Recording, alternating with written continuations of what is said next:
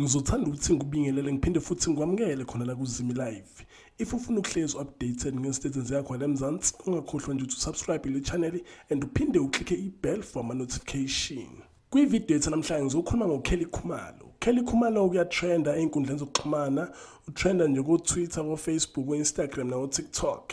Utrenda ngokuthi kuneyindaba evilile ukuthi ukhulelwe, upregnant ingane yestream. I hope to abona la uma picture lapha escreenini. And ke amanye ama page amakhulu a reportile amaphephandaba a reportile ngendaba yakhe uKelly Khumalo ukuthi upregnant ingane yestream.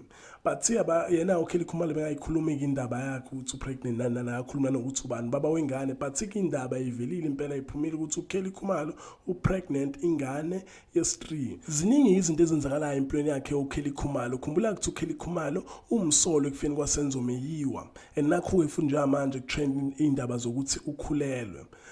Bengifuna nje uku-update ngazo lezi indaba zakhe uKelly Khumalo ukuthi uphinde futhi ngibuye ne-information makhona engithula ngizoku-update. Ecela ungakhohlwa ukuthi like le video. Danke, ngiyayibongela.